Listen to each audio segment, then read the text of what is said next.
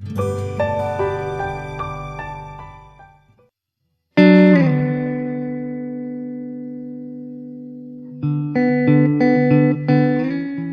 नमस्कार। Poetry art की कविता की पाठशाला में आप सभी का हार्दिक स्वागत है।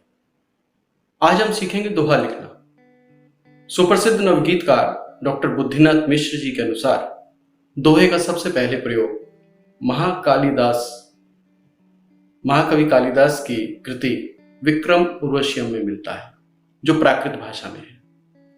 उनके अनुसार, बुद्धिनाथ मिश्र जी के अनुसार जो उन्होंने बताया है दोहा, वो मैं थोड़ा सा पढ़ने की कोशिश करता हूँ। प्राकृत में है, थोड़ा उच्चारण में कहीं दोष हो सकता है पढ़ने में, लेकिन मैं भी कोशिश करूंगा कि दोहे का कैसे प्रयोग उन्होंने किया। महाकवि कालिदास बताते हैं, मय्यम जाणियम मिय लो अणि निस अरु कोई हरे जायणु नवत सामली धारा हरु वर्षेय। इसमें हरई और वर्षेय ये एक काफिया है, तुकांत है। तो इनके अनुसार महाकवि कालिदास जी ने सबसे पहले दोहे का प्रयोग अपनी कृति में किया, अपने महाकाव्य में किया, विक्रम उर्वशीयम में। दोहा लिखना बहुत सरल है, लेकिन बहुत मुश्किल भी है। दोहा लिखना कैसे सरल है? क्योंकि इसमें दो पंक्तियों में अपनी बात कहनी है, लेकिन मुश्किल यह है कि दो पंक्तियों में ही अपनी बात कहनी है जिसमें सारी बात आ जाए। दोहे में 4 चरण होते हैं। 4 चरण माने एक पंक्ति में 2 चरण और दूसरी पंक्ति में 2 चरण।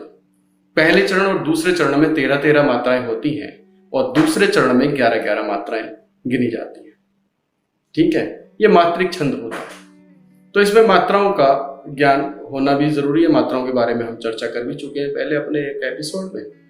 तो इसमें 4 चरण होते हैं। तो पहले चरण और तीसरे चरण में 13-13 मात्राएं, ओके। दूसरे में और चौथे में 11-11 मात्राएं। ठीक है, तो जैसे उदाहरण के तौर पे मैं बताऊं, मेरे गुरुदेव डॉक्टर कुंवर बेचैन ने भी, उनका एक दोहा है कि सिसक सिसक गेहूं कहे फफक फफक कर धान, कि सिसक सिसक गेहूं कहे फफक फफक कर धान, खेतों में फसलें नहीं उगने लगे मकान। अब इसमें देखिए कि सिसक सिसक गेहूं कहे, ये पहला चरण हो गया। जहां आप रुका, सिसक सिसक गेहूं कहे कोमा, ये पहला चरण। फफक फफक कर धान, ये दूसरा चरण। अब फिर तीसरे चरण पे आओ, खेतों में फसलें नहीं, तीसरा चरण। उगने लगे मकान, ये चौथा चरण। अब पहले चरण की आप देखिए गणना कि सिसक सिसक गेहूं कहे। अब सिसक सिसक में कितनी मात्राएं हुई? सिसक सिसक में 3 मात्राएं, 3 लघु हो गए। तो ऐसे फिर सिसक आया, फिर उसमें 3 लघु, तो कितनी हुई? 6 मात्राएं। तो गेहूं में कितने? 2 गुरु हैं, यानी 4 मात्राएं। 6 और 4 10 हो गए। और कहे, गेहूं कहे, कहे में लघु और गुरु। ठीक है, तो सिसक सिसक 6 मात्राएं, गेहूं 4 मात्राएं और कहे में 3 मात्राएं। तो 10 और 3 13। तो पहले चरण में कितनी हुई? 13 मात्राएं। अब दूसरा चरण में आ जाइए, फफक फफक कर धान, इसमें 11 मात्राएं होनी चाहिए। तो फफक फफक यानी 3 लघु फफक में, फिर फफक का इस्तेमाल दोबारा हुआ तो 6 मात्राएं। फफक फफक कर, कर में 2 लघु यानी 2 मात्राएं, तो 6 और 2 8। और धान, धान में क्या हुआ? 1 गुरु और 1 लघु, तो कितने हुआ? फफक फफक 6, कर 8 और धान 3 मात्राएं, ये तो 8 और 3 11। तो इसलिए पहले चरण में 13 हुई, दूसरे चरण में 11 हुई। इसी तरह से तीसरे चरण में भी 13 मात्राएं होनी चाहिए। खेतों में फसलें नहीं, अब खेतों में क्या है? 2 गुरु आए, 4 मात्राएं।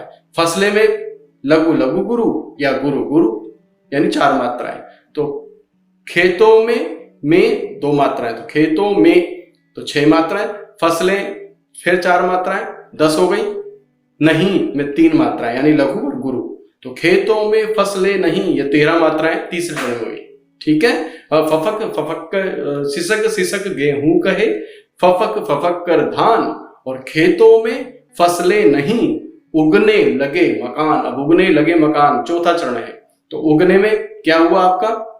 लघु लघु गुरु या गुरु गुरु, ऐसे भी आप गिन सकते हो। तो 4 मात्राएं। उगने लगे, लगे में क्या है? लघु और गुरु 3 मात्राएं। तो उगने लगे 7 मात्राएं होगी। मकान, मकान में कितनी है? लघु गुरु लघु 4 मात्राएं। 7 और 4 11 मात्राएं। तो इस प्रकार से इसकी गणना करनी है। इसका एक नियम और होता है नियम ये है कि जब अंत में पहले में तुकांत होगा, दूसरे चरण में और चौथे चरण में भी तुकांत आएगा। जब तुकांत आएगा वो अंत में आएगा, ठीक है। जब तुकांत आएगा तो वो तुकांत कैसा होगा, उसका अंत कैसे करना है आपको इस दोहे का, गुरु और लघु से, ठीक है। अब देखिए कैसे होगा। सिसक सिसक गेहूं कहे, फफक फफक कर धान, धान गुरु लघु, खेतों में फसलें नहीं, उगने लगे मकान, मकान में कान, गुरु लघु। तो अंत इसका गुरु और लघु, लघु पे अंत होगा गुरु और लघु से। ये हमेशा ध्यान रखना, ये इसका नियम होता है। तो इसको ऐसे लिखना है। हालांकि दोहे 23 प्रकार के होते हैं, उनको लिखने का प्रकार 23 प्रकार के दोहे होते हैं, लेकिन सिंपल जो लिखा जाता है ये होता है। उसका सीधा सा गाने का फंडा भी है। अगर आप गाने के हिसाब से उसको लिखोगे तो और भी अच्छा होगा। फिल्मों में भी आपने कई बार सुने होंगे दोहे जो है। आप उसकी लय मैं आपको बताता हूँ। उस लय में डॉक्टर कुंवर बेचैन जी का, मेरे गुरुदेव का ये दोहा आपको अच्छा लगेगा, सुनिए। इस लय पर लिखोगे तो जल्दी लिखा जाएगा। मात्राओं की गणना बाद में करना हमेशा। और ये हमेशा ध्यान रखना कि जब भी कोई कविता लिखो तो पहले कविता लिख लो, उसके बाद उसकी गणना करना। व्याकरण को ध्यान में रख के अगर लिखोगे तो भाव नहीं आएंगे, भाव खत्म हो जाते हैं। तो अपने भाव को बनाए रखने के लिए पहले लिख लो, फिर उनको पॉलिश करने के लिए भावों को, फिर उसकी व्याकरण को परखो, ठीक है। लय ये है, सिसक सिसक गेहूं कहे, फफक फफक कर धान, खेतों में फसलें नहीं, उगने लगे मकान। इसकी ये धुन है, ये रिदम है। इस रिदम पर लिखोगे तो बहुत आसान और जल्दी लिख लोगे। मेरा भी एक दोहा है, उसको इस तरह से भी गा सकते हो इसी धुन पे। युग बीता मौसम गए, पहला चरण। युग बीता मौसम गए, बदला सब परिवेश, दूसरा चरण। बदला सब परिवेश, दूसरा चरण, ठीक है। क्या हुआ, युग बीता मौसम गए, बदला सब परिवेश, किंतु तिमिर से रोज ही, तीसरा चरण हो गया पूरा, लड़ता रहा दिनेश, ये चौथा चरण, ठीक है। युग बीता मौसम गए, पहला चरण। बदला सब परिवेश, परिवेश में वेश, गुरु और लघु से अंत हुआ, ठीक है। युग बीता मौसम गए, बदला सब परिवेश, किंतु तिमिर से रोज ही, तीसरा चरण। लड़ता रहा दिनेश, अब दिनेश में नेश, नेश में गुरु और लघु, इससे अंत हुआ। तो ध्यान रखना, दोहा पहला और तीसरा चरण 13-13 मात्राएं, दूसरा और चौथा चरण 11-11 मात्राएं, और इसमें तुकांत में अंत जो होगा इसका गुरु और लघु से होगा हमेशा। ध्यान रखना, अंत में लघु रहेगा, उससे पहले गुरु रहेगा। तो यह ध्वनि जहां आएगी वो दोहा होता है। दोहे 23 प्रकार से पहले लिखे जाते रहे, अब भी लिखते हैं लोग काफी, लेकिन जो सीधा आसान सा तरीका है उसे गाकर आप इस तरीके से लिख सकते हैं, ठीक है। ज्यादा नियमों में और झोल में मत पड़ना, इस तरह से लिखोगे तो बहुत सारे दोहे लिखे जाएंगे। आपको ये एपिसोड अच्छा लग रहा है और पसंद आया है आज दोहे लिखने का, तो मेरा आपसे निवेदन है कि आप अभ्यास कीजिएगा और इस वीडियो को भी लाइक कीजिएगा, और लाइक करने के साथ साथ दोहे लिखने का प्रयास कीजिए। मुझे अच्छा लगेगा जब ये YouTube चैनल पे या Facebook पेज पर पोएट्री आर्ट के आएगा तो आप उसमें अपने दोहे डालेंगे इसी हिसाब से लिख के। एक बार पुनः बता दूं, दोहा 4 चरणों में होता है। पहला और तीसरा चरण 13-13 मात्राएं, दूसरा और चौथा चरण 11-11 मात्राएं। तुकांत में जो दूसरे और चौथे चरण में तुकांत आता है लास्ट में, अंत में, वो गुरु लघु से अंत होता है हमेशा, ठीक। इतना ध्यान रखना है। मात्रा गिनना आपको मैंने पहले सिखा दिया था, उसी हिसाब से इसकी मात्राएं आप गिनेंगे, ठीक है। तो आज का एपिसोड इतना ही। बाकी और मेरे एपिसोड कविता की पाठशाला के देखने तो ऊपर ये आई का बटन दबाइएगा, इसमें सारे एपिसोड की दिखाई देंगे, उसमें और भी सारी जानकारियां आपको मिलेंगी। आपका सहयोग बराबर बना हुआ है पोएट्री आर्ट के साथ, बनाए रखिएगा।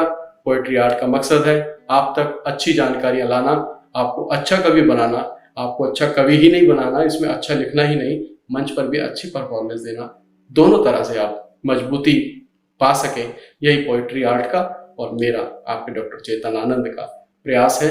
हमारा प्रयास कितना सफल हुआ ये आपकी प्रतिक्रियाएं बताएंगी। आपको ये वीडियो, ये कविता की पाठशाला का एपिसोड पसंद आ रहे हैं तो अधिक से अधिक शेयर कीजिएगा, दूसरों को बताइएगा।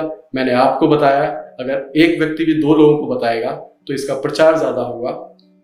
इसलिए हम चाहते हैं कि लोग अच्छा लिखना सीखें। लिख तो सारे अच्छा रहे हैं, लेकिन उसको पॉलिश करना सीख जाए। ठीक है, तो फिर भेंट होगी अगले एपिसोड में, कुछ नया लेकर आएंगे। बहुत बहुत आभार, बहुत बहुत धन्यवाद। इस कोरोना काल में अपना और अपनों का विशेष ध्यान रखिएगा। नमस्कार।